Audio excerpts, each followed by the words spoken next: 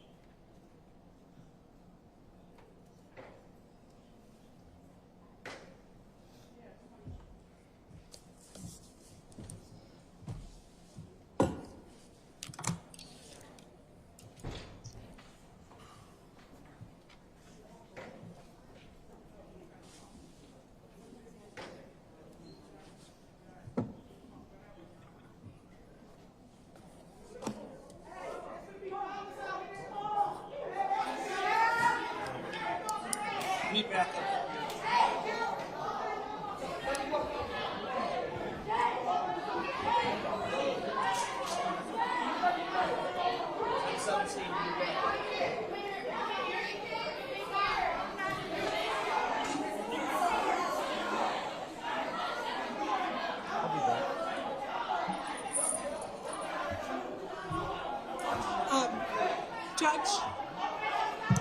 Judge, I'm so sorry.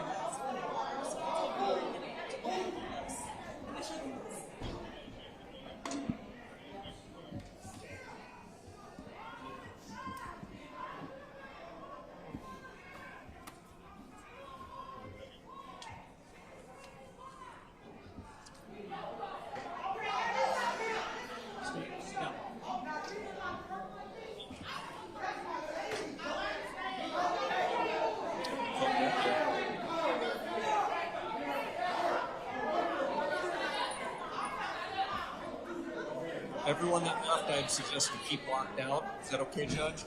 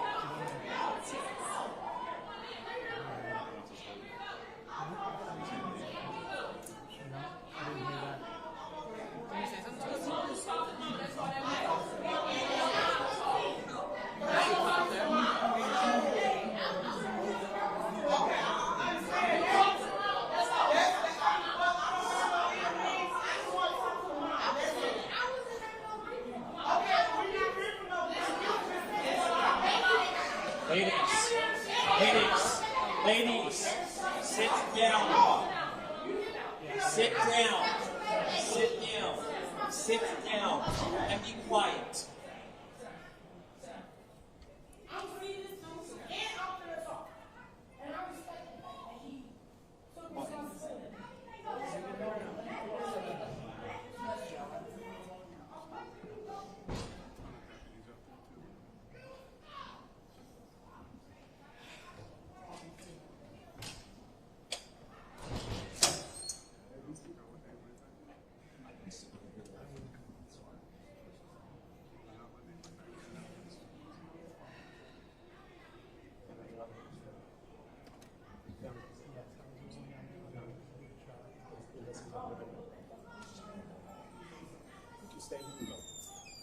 Just the parents on both sides.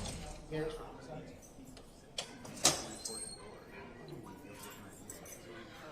It's your mom's box. It's a FOX.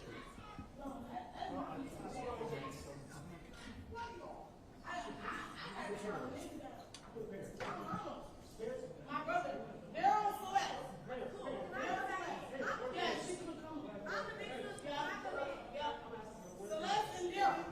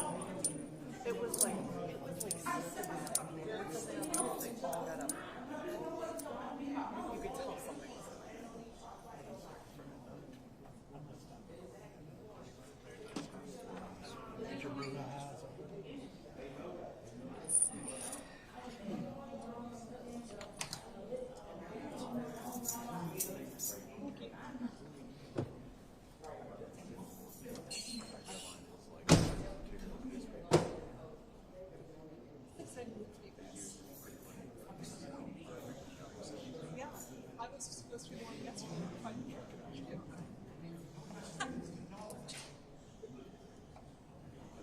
way, I don't know if you guys have been over for a judge or judge policies case. I'll keep them that's what they tell us. It's it.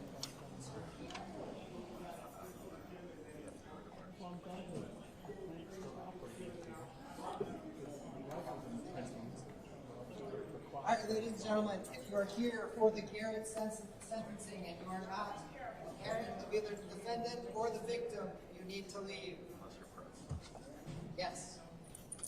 Because of what happened in the hallway, it is just going to be the parents of the defendant and the victim.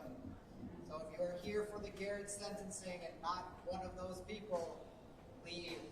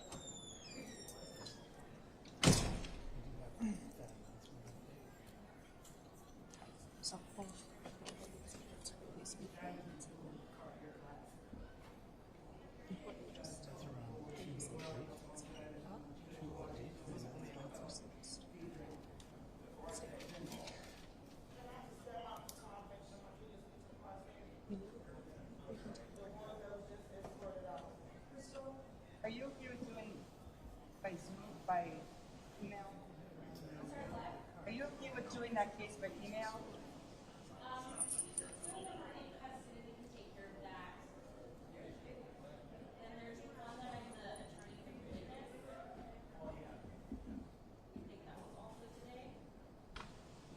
You have two scheduling, right?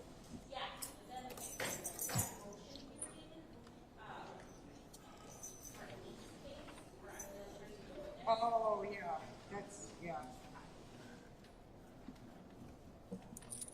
It's good.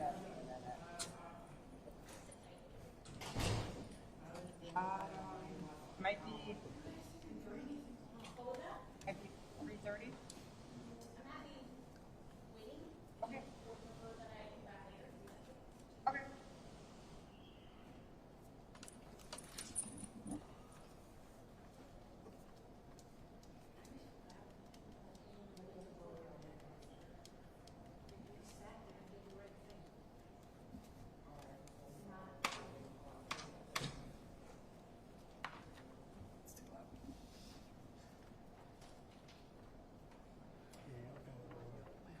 Swatches are coming.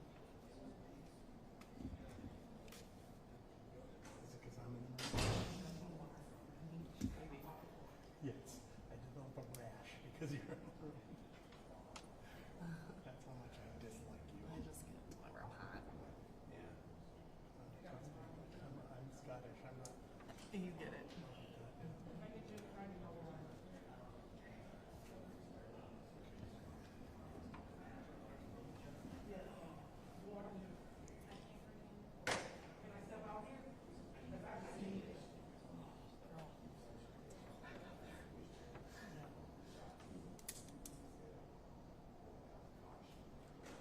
Hopefully everyone goes home and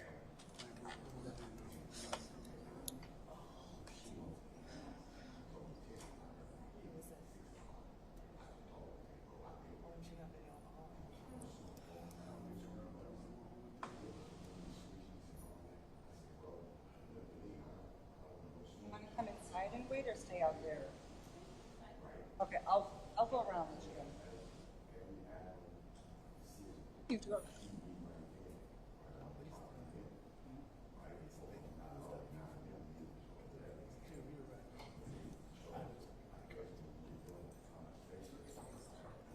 You have to turn the knob.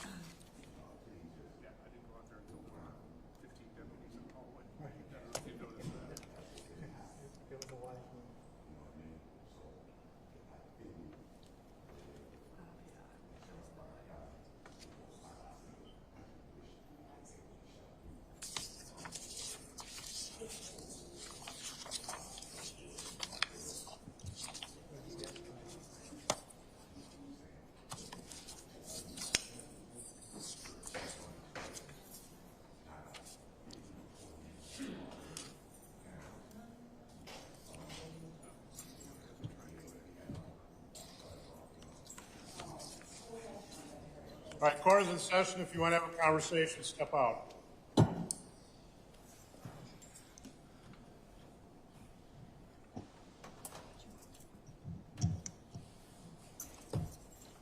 State of Wisconsin versus Benjamin Garrett, 22 CF 4118. Appearances.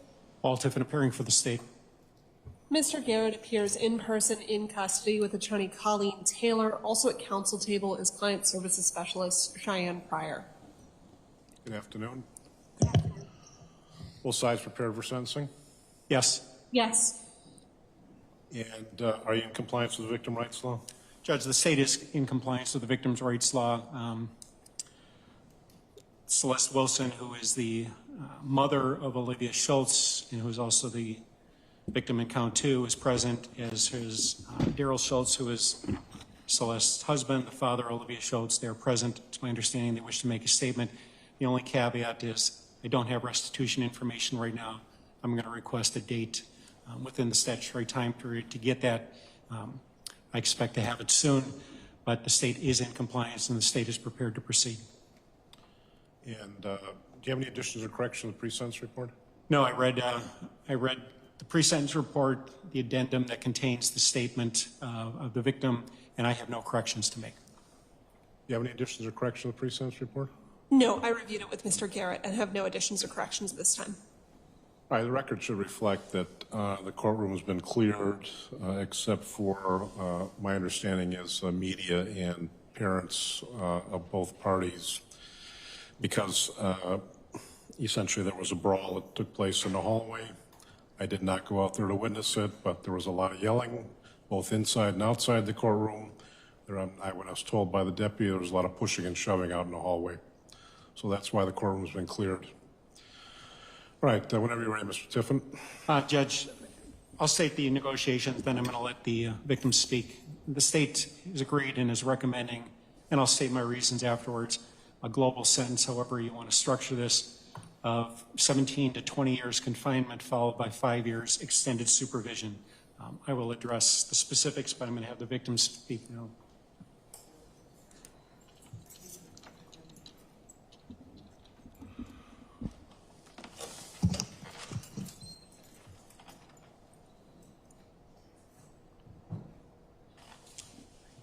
Just state your name, spell your first and last name, and then say that whatever you want. Okay? Hello, good afternoon, Judge. Good afternoon, sir. My name is Daryl Schultz, spelled Darrylschultz. I just want to state to the court that me and my Celeste have 6 kids together. We started as teen parents. And we have 4 boys and 2 girls, ages 29, 20-year-old daughter, 17-year-old son, 15-year-old son, and a 14-year-old son. And Olivia was our 12-year-old daughter. I don't really know what to say, but I know that I feel real bad about the situation that happened. I'm the father, and I'm supposed to protect all my family members and things like that. And that day, I fell short, and I have to live with that for the rest of my life. And Olivia paid with her life, and I just want to say on that day, I recall October 10th, we were at around 6 o'clock. We were just trying to come home from groceries store to make some spaghetti. And as we seen two men walking down, hung in the alley with masks, like surgical masks type. We were parked right in the back of our house. And one of the young men stated that, can I get my face back? And I got out and I told the young man, hey man, I'm just looking at you because y'all got the mask on. On October 10th, it was like 67 degrees or 70 degrees. And I felt that kind of odd, So as I proceeded to talk to him, I just told him that I really wasn't their enemy or nothing like that. One of the young men displayed that he had enemies looking for him, and I told him I wasn't doing that. We live right here, and we just want to proceed with our groceries in the house. Could they move from our area, you know?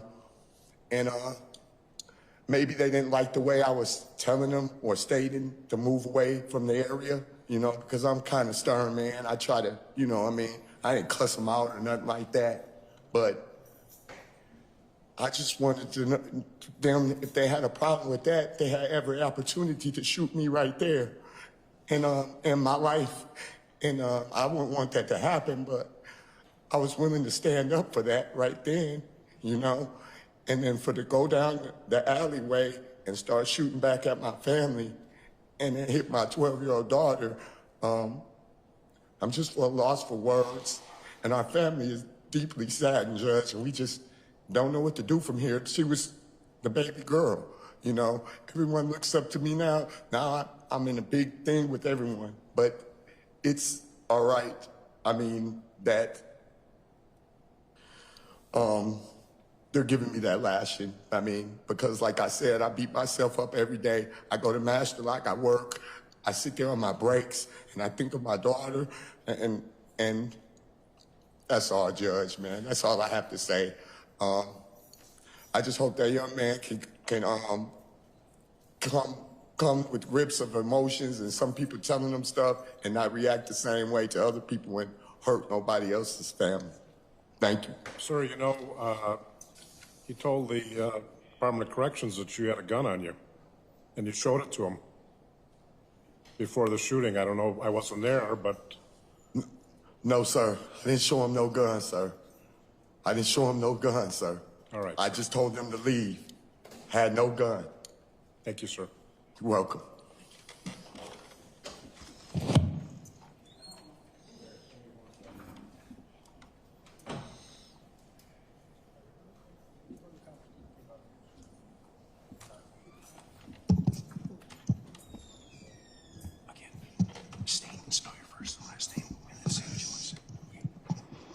Okay. First, I'd like to apologize for what happened earlier. Thank you. That's out of character, not us. And my name is Celeste Wilson, spelled C-E-L-E-S-T-E. Last name Wilson, W-I-L-S-O-N. Whenever you're ready. I know, I've been dreading this day, because how can you sum up a person that you love so much in so little time? And she lost her life over nonsense. Like, I still sit here and wonder why, because I had a conversation with Garrett and his friend, Conrad, cousin, I don't know. And when I was talking with them, all he was doing was threatening me, talking about what kind of guns they have, his switchies, his AKs and stuff. And I asked him, actually in the road back there, I took a mother road because I did not cuss at him. I was asking him questions. I was telling him his life was more than being sitting over in this chair, being judged by you. I told him that his life was better than that. I told him it wasn't worth it by people looking at you, saying things, because there's going to be people in the world that look at you. You might not like it, but it happens. There's going to be people in the world that are going to say things that you like. There's going to be people in the world that say things you don't like. It does not, at the end of the day, it does not give you an excuse to do anything to anybody. Now, I figured this out the hard way, because I have problems. Everybody has a story. Like, I can sit here and tell you my story, you know, but I'm not gonna get all in that. But I noticed when I was about 12 years old, I got to move to Oshkosh, Wisconsin. And I figured out then that you cannot put your hands on people regardless of what they say to you. So I almost got myself in a lot of trouble. So from that point on, I turned it around. I had my first child when I was 16 years old. So I had to take on a responsibility not for my son, but my siblings too. By the time I was 18 years old, I took care of my siblings and my son. My mother, she was locked up in jail. So I had a lot of responsibilities my whole life. And I always look back and I said I did not want to be like nobody I was around growing up. So I changed what I was and what I do in life. There's a lot of gentlemen that you probably done ran across that done ran into me in the community because I know some of these little boys that steal cars. And I say, hey, y'all, you know, when they get you, you don't want to go there. And I know some of these boys, and they come back and they say, hey, you were right. Because they don't, it's right here, how can I put this? Reality now is no longer reality. Video games, rap music, and everything are influencing our kids. So they don't know what to expect. We don't get no practice life. That's the whole thing. I'm mad because, Mr. Garrett, you had no reason to shoot at us. I'm sorry, but you had no reason to shoot at us. Because if we wanted to go, like I even tell everybody, if that was the case, my daughter wouldn't have been out there. The only person that showed a gun out there in that alleyway was Benjamin, and he had it in his hand like this, and when he had it like this, my brain told me to knock it out of his hand. But the only reason why I never knocked it out of his hand is because his friend that was with him was right here with his hands in his pockets. And he's pacing back and forth behind my car with me. I had a conversation with these boys for like 10 minutes. And they stopped talking to me and paid attention because they see my 14-year-old son come out. Maybe they didn't know he was 14 because he's like 6 foot something. I got some pictures. That's the one in the red shirt, red jersey. That's my 14-year-old son. He came out with my 12-year-old daughter, and they came outside to tell me that they were fighting over the TV. My big boy wouldn't let her. Now, he's got a lot of stuff on his heart because he didn't even get to get right with his sister. Because they were arguing over the TV because he wanted to watch something and she wanted to watch the Disney Channel. And what if I tell you, when they came out, my response was to my kids, I wanted to tell them to go in the house. But if I would have told them that and the way I would have told them, they would have knew it was a problem, and then more of my kids would have came out. And I didn't want them to know that I was worried and scared of them. So I tried to keep my composure with the whole thing. And when they walked away, I told them to be safe. And then they turned around and took our safety from us. And just like I told his mom when we were talking, we both lose. I know how it feels for a 17-year-old son to be sitting over there. I know how it feels. But I never knew how it feels to lose one. But guess what? I'm not like, she gets to talk to him. He gets to watch TV. He gets to play basketball. My baby doesn't do anything. My baby's in the cemetery. And I'm talking about this little girl. Everybody that ran across her, they loved her because I'm talking about, she never really talked back, never said, like my daughter never even got to ride her bike around the block without supervision. She never even got to walk to the corner store by herself. She never got to do anything by herself.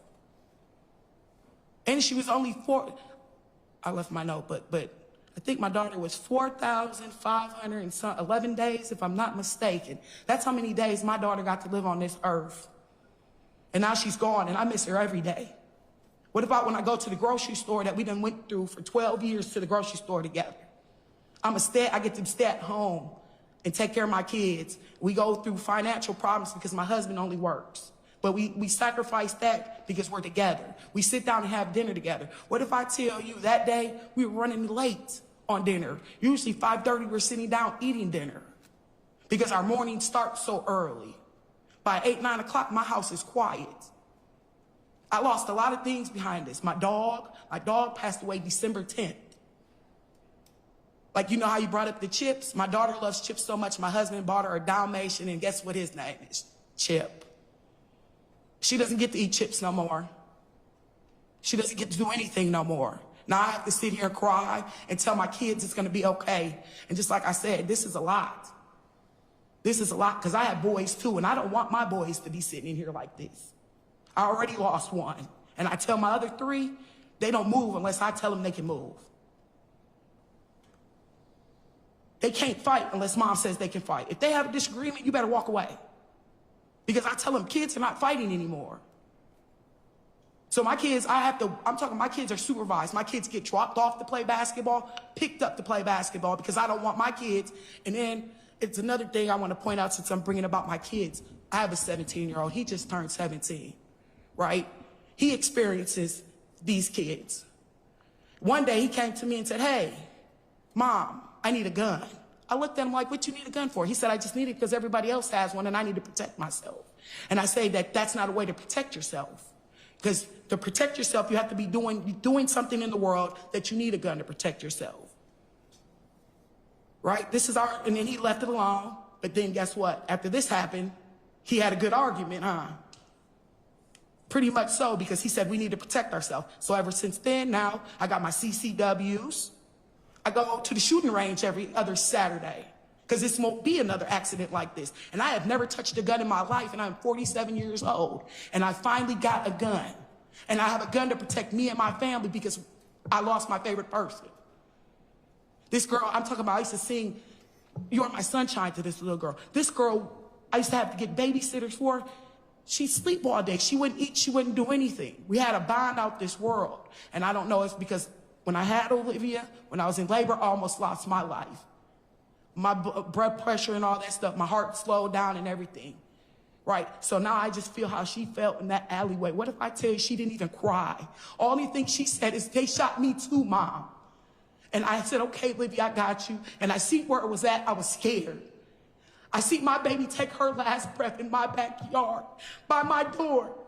I see my dog take his last breath in my front room because it is 2 months exactly at 6 o'clock in the morning.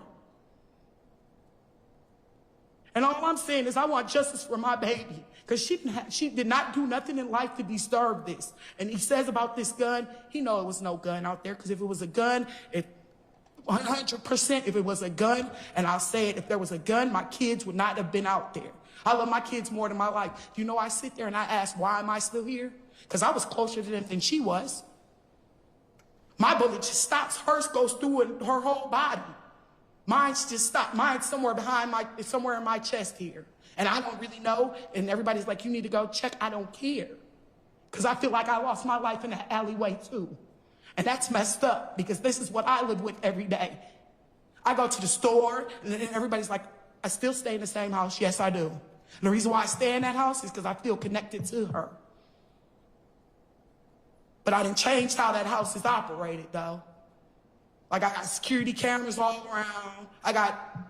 I'm prepared this time. And that should not be a part of life. Kids should be able to be kids. Simple tasks is going to the grocery store and coming home. Should be a simple task. A lot of us take it for granted. I don't take it for granted no more.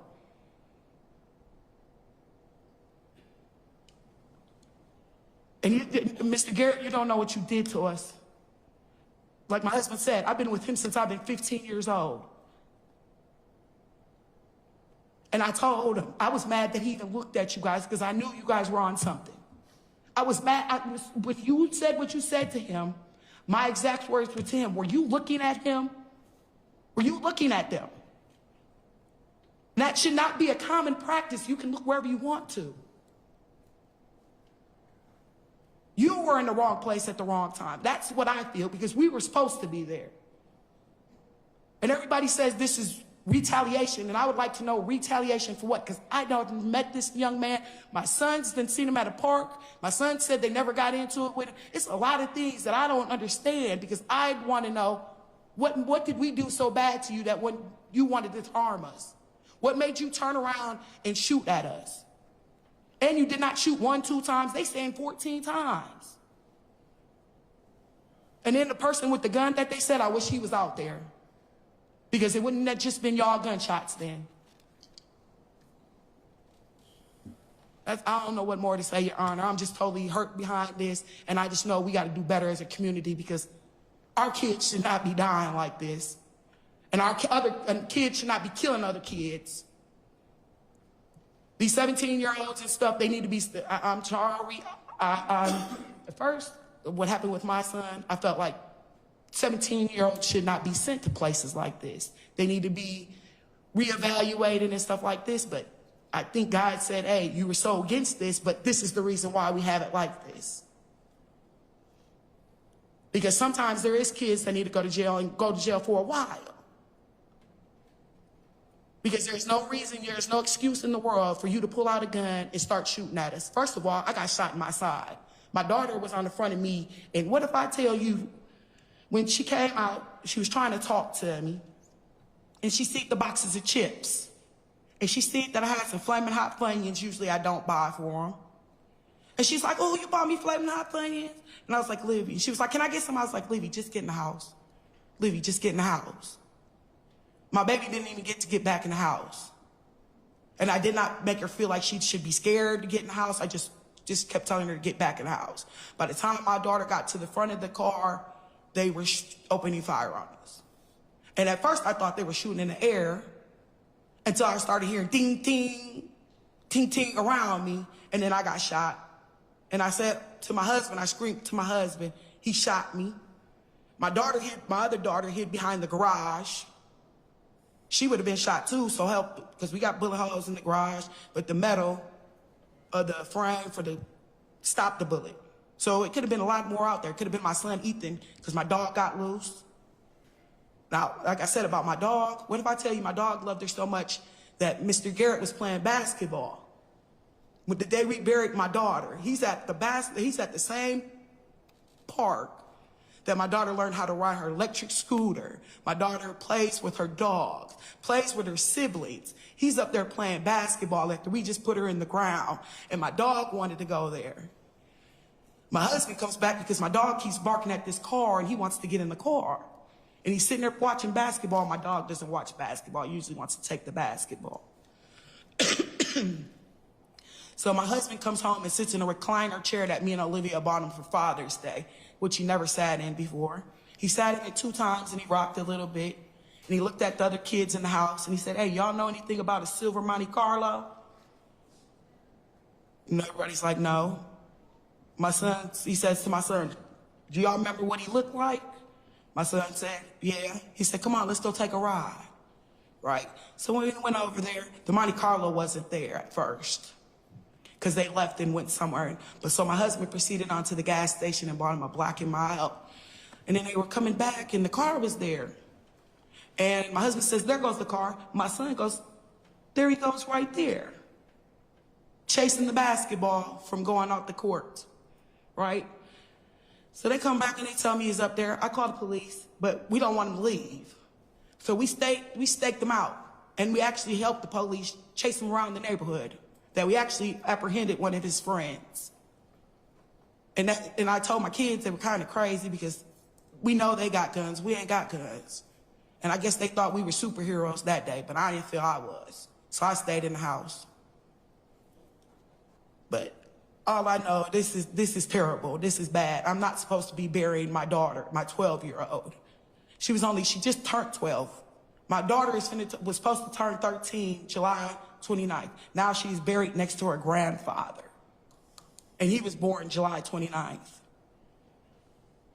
So it's ironic that we bury him September of 21, and October of 22, we bury our 12-year-old daughter next to him. And every day that I go visit her, I'm constantly reminded of our violence, because where she is at now, we have armed security. So it's like I don't get no peace from this. I don't get no peace from this. I can't peacefully go visit her because I have armed security around me, standing at the gate, riding around, all this stuff. So I have no peace from this. I just want peace from this. And just like I told his mom, nobody's finna win because, hey, but go back to this part. She still gets to hear from him. I don't get the call. I don't get to hear them calls and say, Mom, I love you. So I guess the person that loses the most is Miss Olivia. And if you would have got to see her, I sent pictures, them is one for each year of her life. All the way from when she was born, when first came home, that's where them boys stood. And I've been telling them boys ever since they've been little. That's what another thing is. I've been telling my boys since they've been little, because they go to the bus with her, they go to school with her. This is her first year by her school by herself, because all my boys are in high school and she's still in middle school. My daughter was 5'8" at 12 years old. They said she was going to be 6'2". I don't know, because I'm never going to figure it out. I don't get to see none of that stuff. My daughter doesn't even get to kiss a boy. My daughter doesn't even get to go on a date. Her love ends with us. And everybody that she touched, like her teachers reached out to me, her 4th grade teacher said, oh, she was amazing. My daughter had perfect attendance. She's got awards for that. She's done citizenship because she's helpful, and she's always worried about other people and not just herself. I'll say my other kids are missing out on it because Olivia likes to cook. Olivia's the only one that can cook something like mom can cook it. My other daughter, she doesn't like to cook. She's more fast food restaurants. So they already had a plan that when mom's gone, everybody goes to Olivia's house for holidays because Olivia's gonna be able to cook mom's food. Like the day she got killed, she went in there and made her homemade French fries, chili cheese French fries. She cut up the potatoes and she fried them in that deep fryer. And she was telling everybody, because she always tells me to open up a restaurant. She wanted to be a veterinarian. She wanted to do all types of little things. She even said she was going to be a foster parent. And then she's got my son Ethan wanting to be a foster parent with her. And that's the worst one I'm worried about, is because they're bond like this. And he wrote a letter and he said, you see how quick they took you from me? He said, you're the only one that understands me. So now what am I going to do, Olivia? And I found the letter hidden in her shoe. He didn't hand it to me, he hid it in her shoe like he wrote it to her. And it broke my heart, and I never even told him I found the letter and what he meant by it. But now he puts E4O. That's Ethan and Olivia forever. And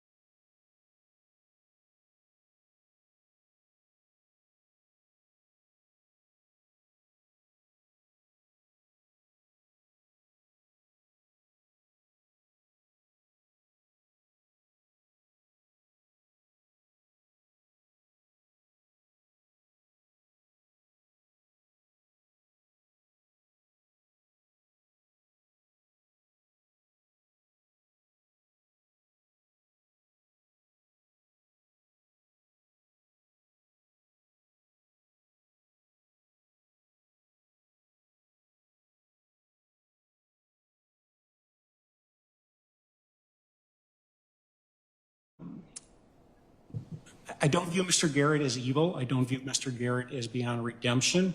On one hand, it is sad to see a young man have to grow up in prison, which he has to do, but he does get to grow up. As stated by Ms. Wilson, he will have his family can have him. His conduct and the conduct of his friend, Mr. Hennard, that evening took the opportunity for the parents of Olivia to watch her grow up, and that is truly sad. Mr. Garrett, when he was arrested, made a statement. He admitted what he did. That is a good sign from the state's view. His statement in the pre-sentence report about Mr. Scholes having a gun, Mr. Scholes had denied that. He said he got a gun after the shooting, but that's what he told the police. You know, in some ways, it doesn't matter from the state's view, because even if you were afraid, even if Mr. Scholes had a gun, the person you shot, who had killed, is a 12-year-old girl who didn't have a gun, and her mother who didn't have a gun. You have no right of self-defense. An innocent person, that is not allowed.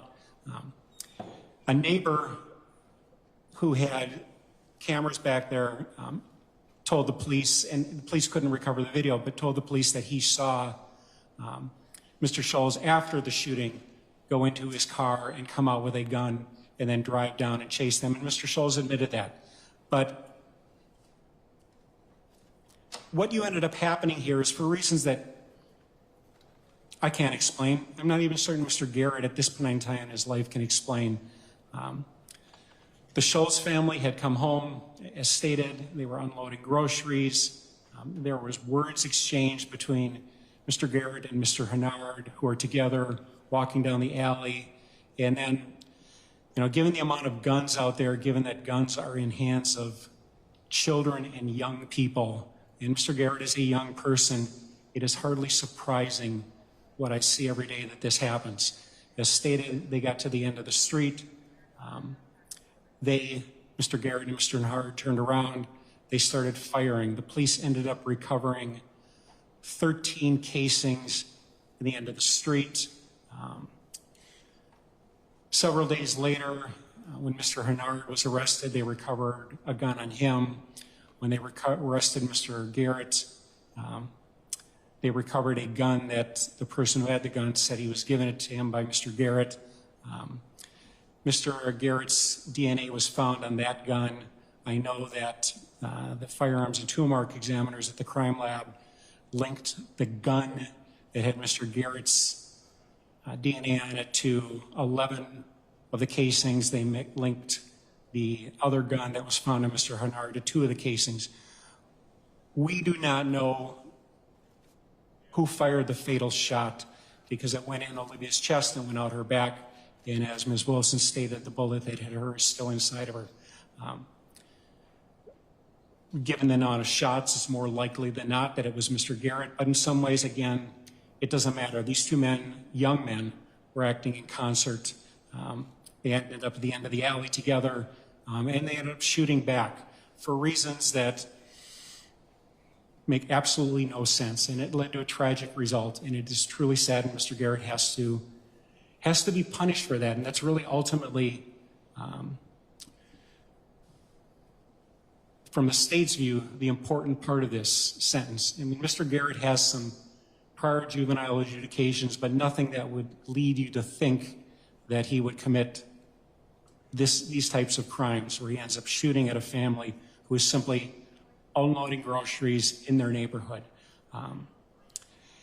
In balancing the crime that happened, who Mr. Garrett is, and his statements about being homeless, those appear consistent with everything he knew. He had been kicked out by his mother.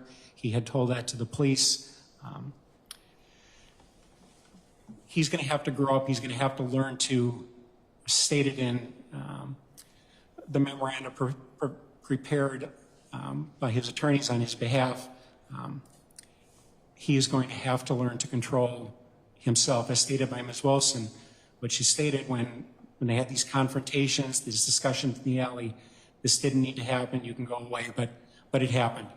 Mr. Garrett needs to be punished. That's, in the state's view, the nature of the crime, the needs of the community, the needs of the defendant. Right now, he needs to be removed from the community. At some point in time, he will come out. But the state views a fair sentence as somewhere between 17 and 20 years, removed from the community, incarcerated. That's the primary focus here. Extended supervision, 5 years to help him integrate when he comes back into this community, and that's the state's recommendation. Go ahead. Thank you.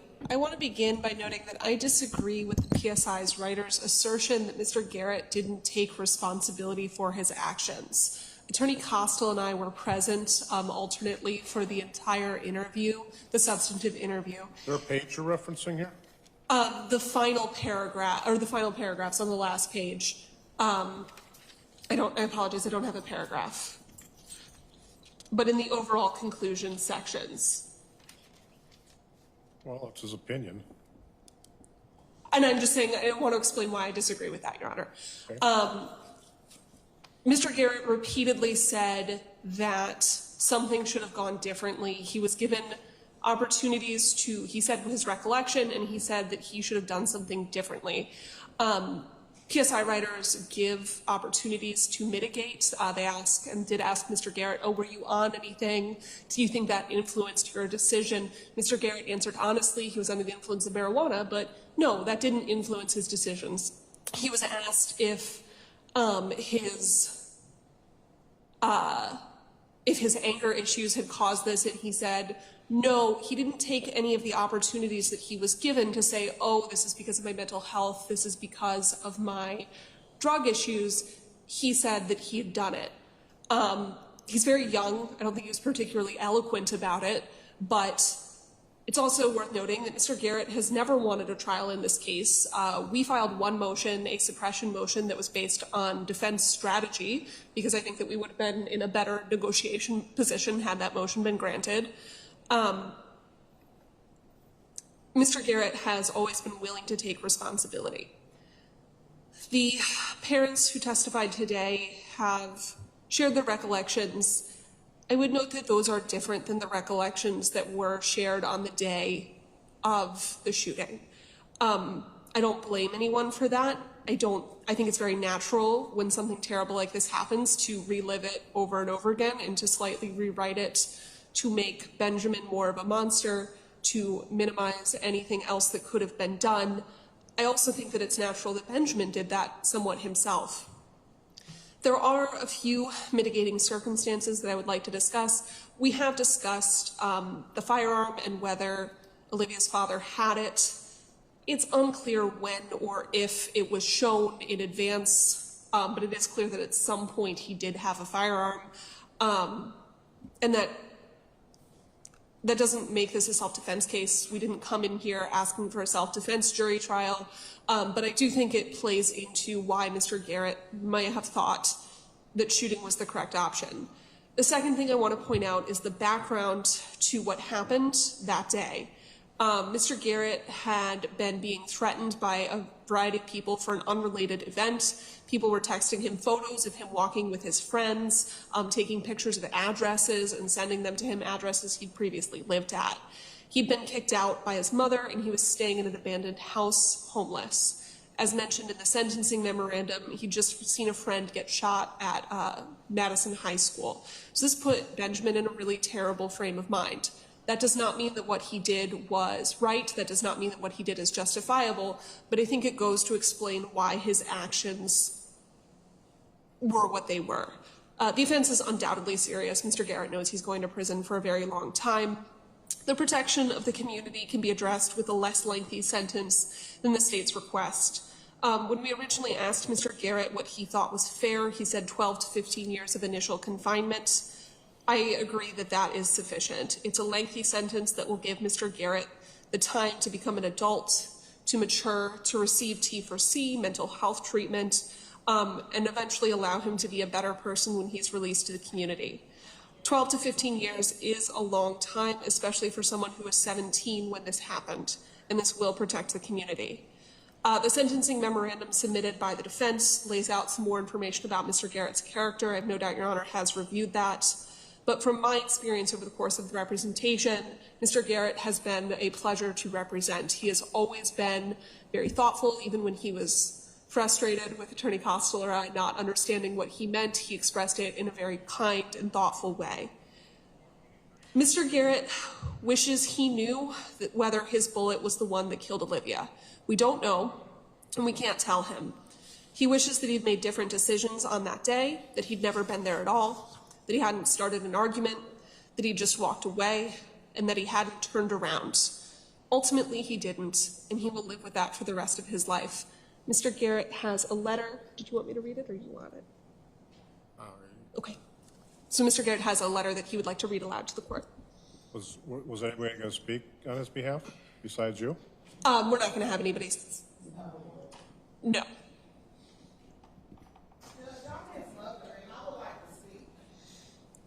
We're not going to have anyone speak at this time.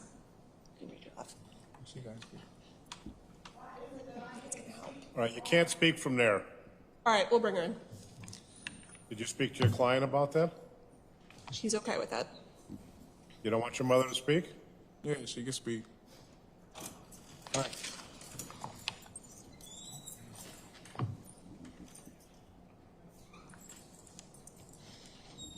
All right, state and spell your first and last name, please. Tisha McCoy, T-E-I-S-H-A, McCoy, M-C-C-O-Y. What would you like to say? First and foremost, I apologize for the altercation in the hallway. As the victim's mom said, we did get a chance to speak, and my heart really does go out to the family because, like she said, she lost her baby forever. I will get to talk and see my baby, and one day he'll come home.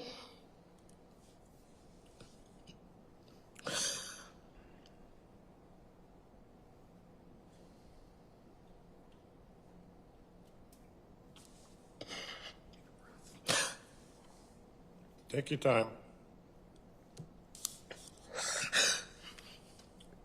As you can tell, this is very hard. That's right. Why don't you just take a moment?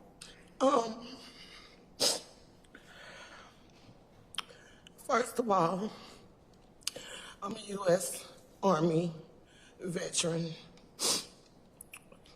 I've been working in the health field for almost 19 years, and I'm continuing my education as we speak to be a registered nurse.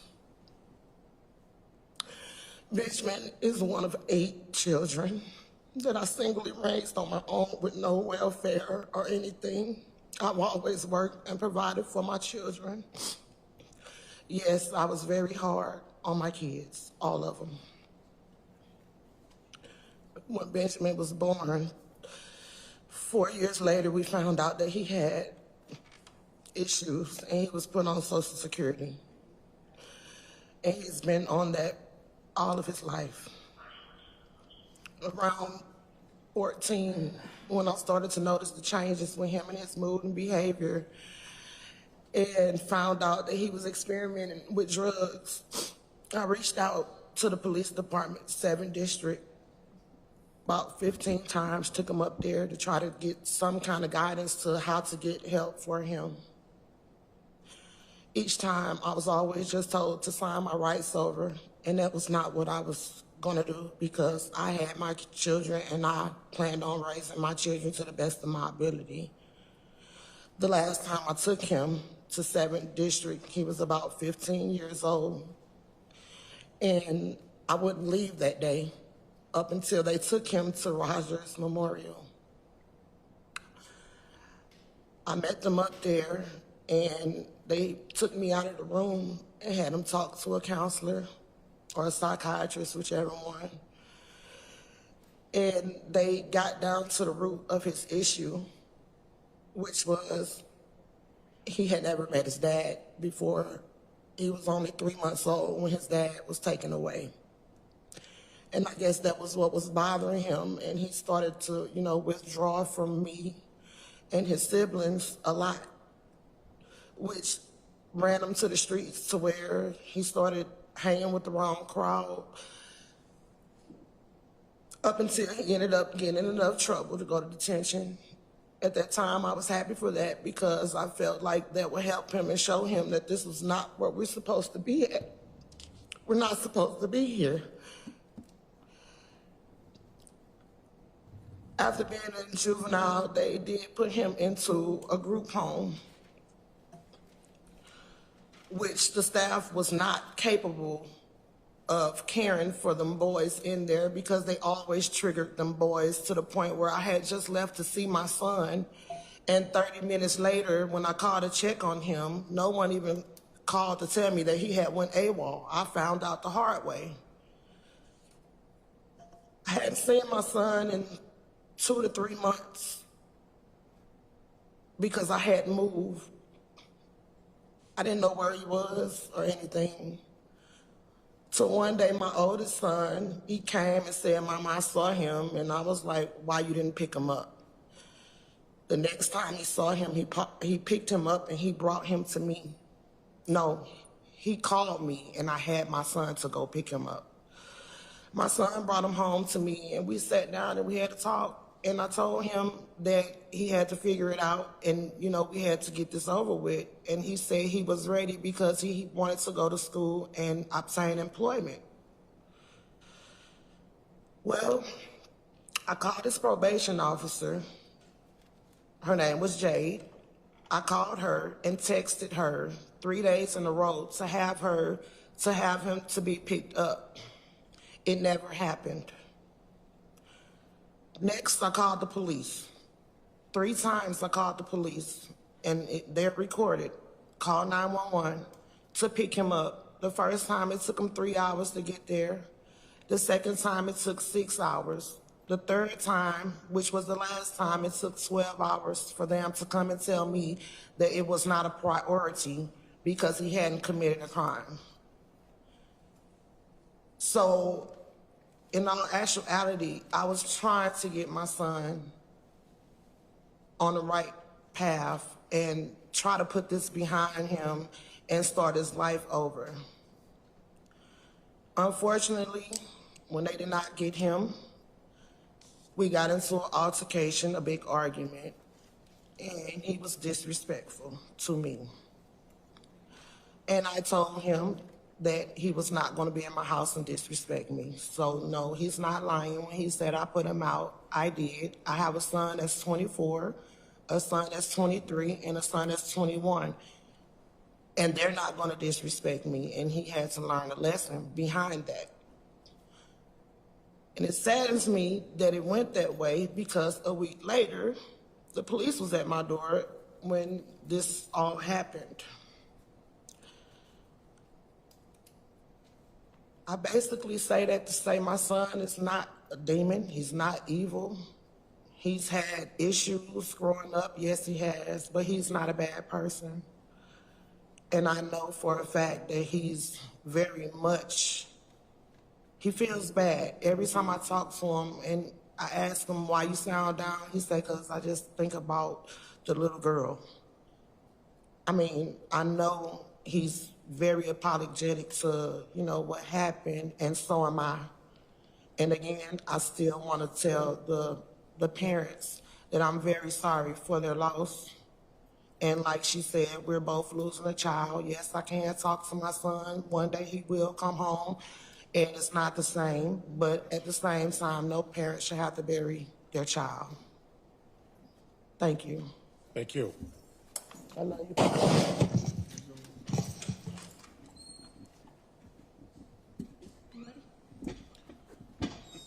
Whenever you're ready.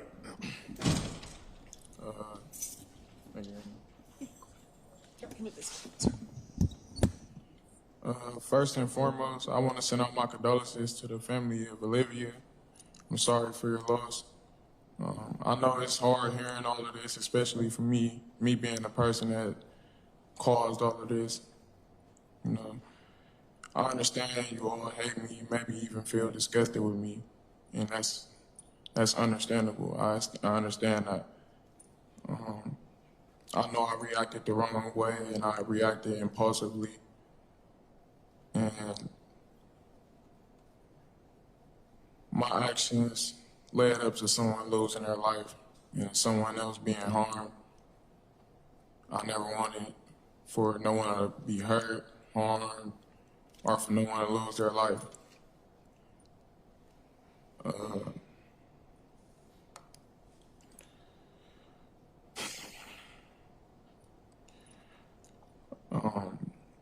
But this is a reality now. I can't stop. I can't take back what happened. A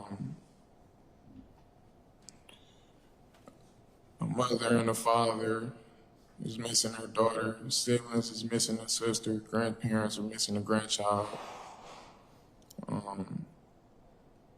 I understand and I own up to my actions. I admit my wrongs. I know what I did was inconsiderate and stupid, flat out wrong. I caused the death of an innocent human being, an innocent young girl. A young innocent girl I can never bring back. I think about this every day. Not that it's something that I'll ever be able to forget. It's to be with me for the rest of my life.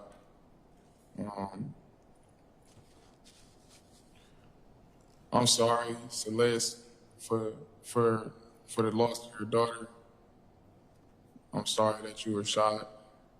I'm sorry for everything that you and your family is going through, what you went through, what you will continue to go through.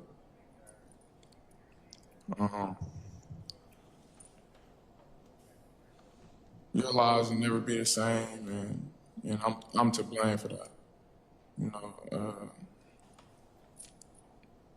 I'm sorry from the bottom of my heart. And to my mom, I'm sorry to you too. You don't blame yourself for this. You did the best you could. You raised me and the rest of my siblings the best you could on your own.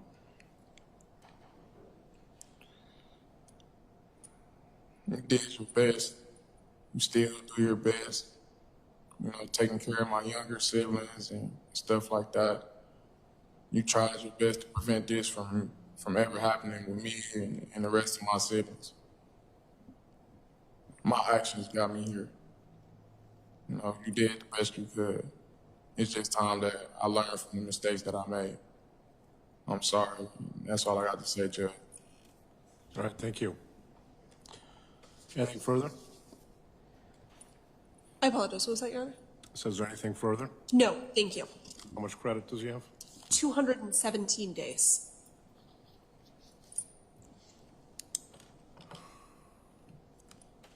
Well, unfortunately, this is what it's come to in Milwaukee.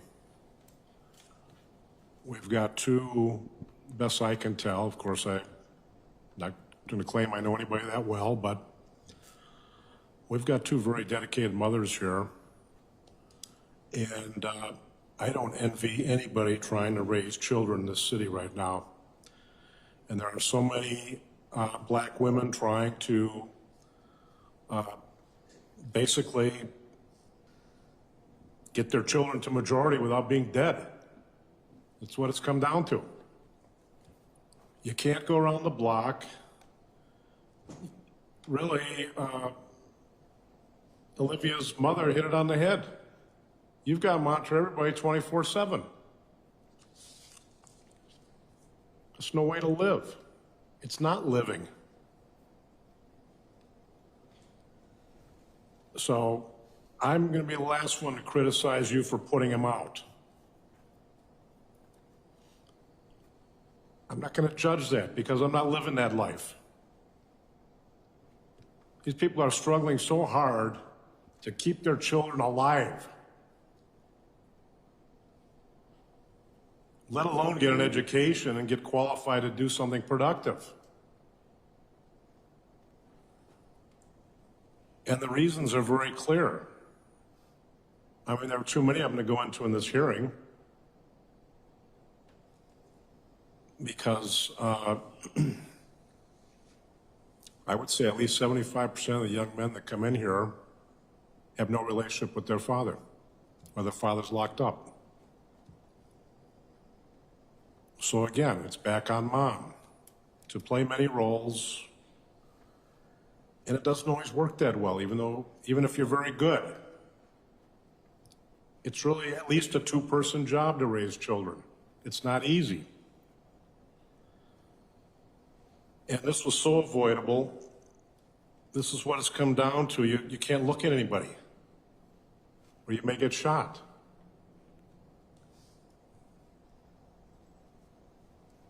I'd be looking at you. You came past my house. My children were outside, and I didn't feel like you guys were up to anything good. You're damn right I'd be looking at you.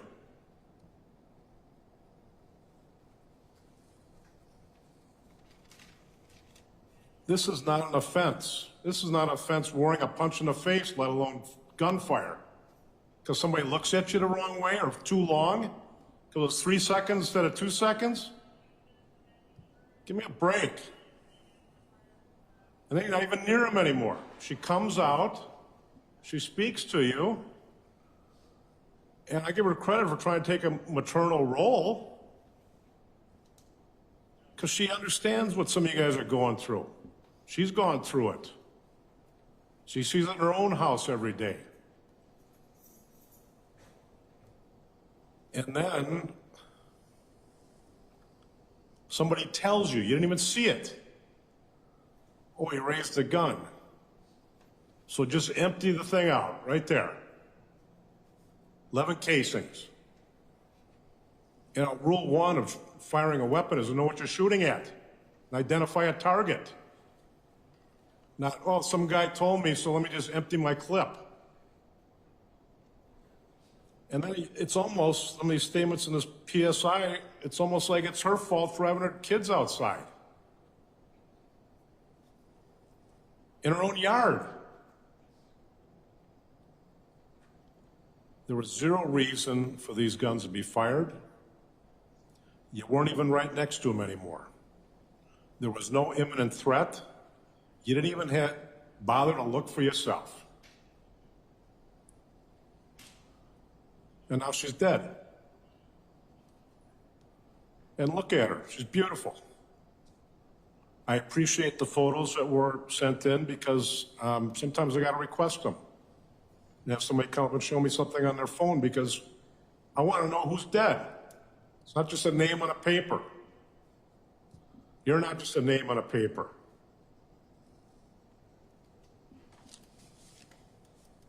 We're stealing our own future here. This is a young girl that was going places. She wanted to be a veterinarian. How many 12-year-olds think about being a foster parent? It's unbelievable. That's the kind of heart that this young girl had. I'm not surprised the dog died. She wasn't around anymore.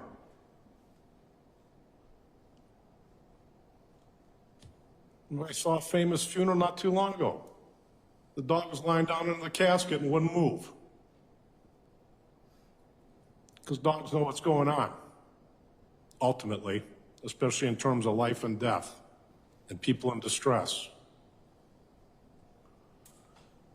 And really, you know, I read the PSIs, both of them. I don't know what the entire family situation was. There's a lot made out of maybe you not getting enough attention or being bullied by your brothers. I don't know. What does make sense to me is the fact that a lot of this behavior was based upon how upset you were about never knowing your own father. Because I see a lot of that. And it comes out as a lot of anger, impulsive activity, whether it's driving down the street at 100 miles an hour, or unloading a clip without even looking at who's there on the other end. And so I'm not gonna max you out here, you were 17. But, and frankly, you know, your prior record is certainly not among the worst. And I'm not gonna say that what you're saying here is lacking in sincerity. It does not appear to be so. But that only goes so far. You know, and when I get these letters, it just drives me crazy. Everybody makes a mistake. It's not everybody makes a mistake when you killed somebody. If you forgot to take the trash out, then it's making a mistake.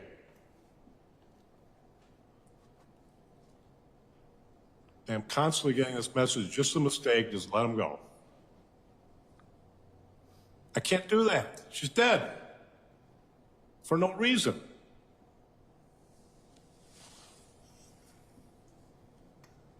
So I don't know where it's going to end.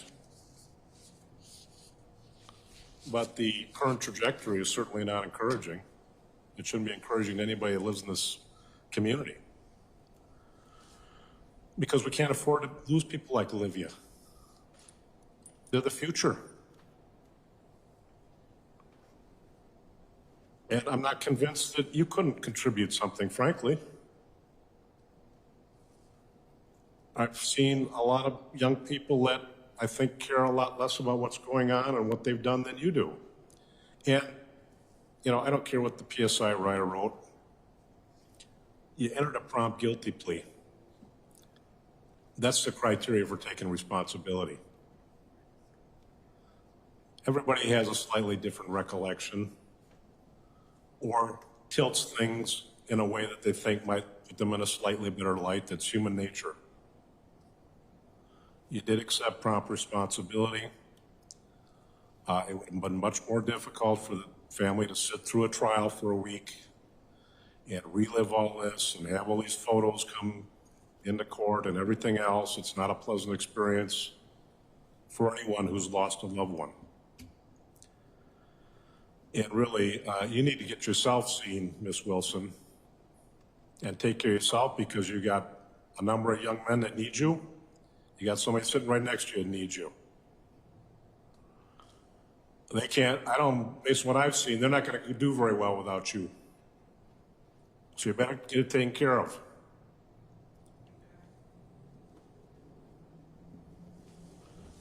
So I don't view you as someone, I agree with Mr. Tiffin, based on what I've seen and read here, I don't think you're beyond redemption, but only time is going to tell that. And if I recall correctly, you were a person who had different groups of friends. And so all you had to do was make the right choice. You knew what the right choice was. You know, I can't give somebody a break because somebody else got killed in the same day. That should be a reason to put the gun down, not start firing it again.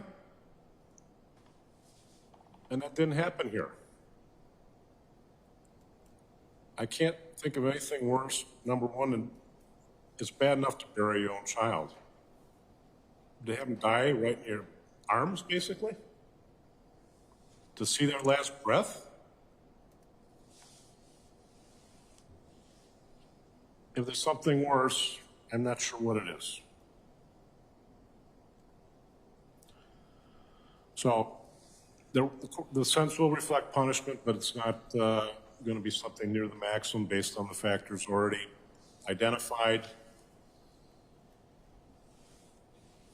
If the record was worse, if you were older, this would be a different sentence, but it's still going to be a substantial period away from the community. The court will lower the following conditions of extended supervision. No contact with Celeste Wilson. Do you have others that you want to add there? I don't know what was in the original order, Mr. Tiffin. If it's not just Celeste Wilson, her husband Daryl Schultz, and their children. And also, I guess the address of the incident as well. Yes. Do you have that handy? The address? 5331 North 37th Street, I believe. So that'll be the extent of the no contact order. We will defer on restitution to give the family an opportunity to provide additional documentation. Please make that as specific as possible. Do not round numbers off. If you have receipts, that is preferable. Other conditions will include no new violations of law, rise level of probable cause. He'll be able to pay the court costs, submit the DNA sample, pay the surcharge. Those amounts are payable out of prison funds at the discretion of the department. Any balances payable on extended supervision, any remainders be ordered converted to a civil judgment. He'll be ordered to cooperate in any treatment and counseling deemed appropriate. Who's a co-actor here? His name's Cornell Henard. That case is still pending. And can you spell last name, please? Henard. All right, he's ordered to have no contact with that individual as well. He'll be ordered to seek and maintain employment unless he's in school, obtain a GED or HSED. He'll also be required to undergo a course in cognitive intervention.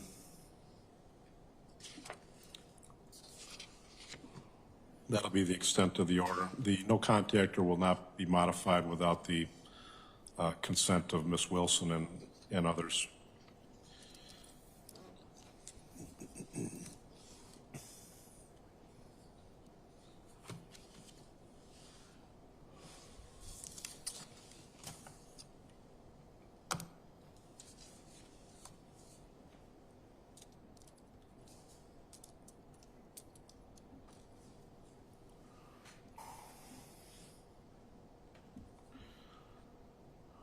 On count one, the sentence of the court that you serve 28 years Wisconsin State Prison, 22 years initial confinement, and 6 years extended supervision.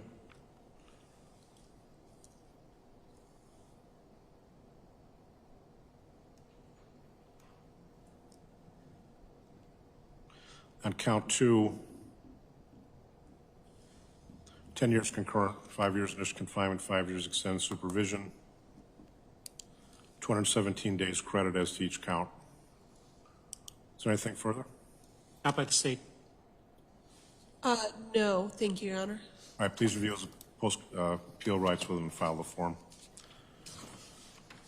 Right, I want to express my condolences again to the family of Olivia and to you. We get a date. We have Thursday, July 6th available for restitution review hearing. It means that it doesn't have extra time. I apologize. What was that day? Thursday, July 6th.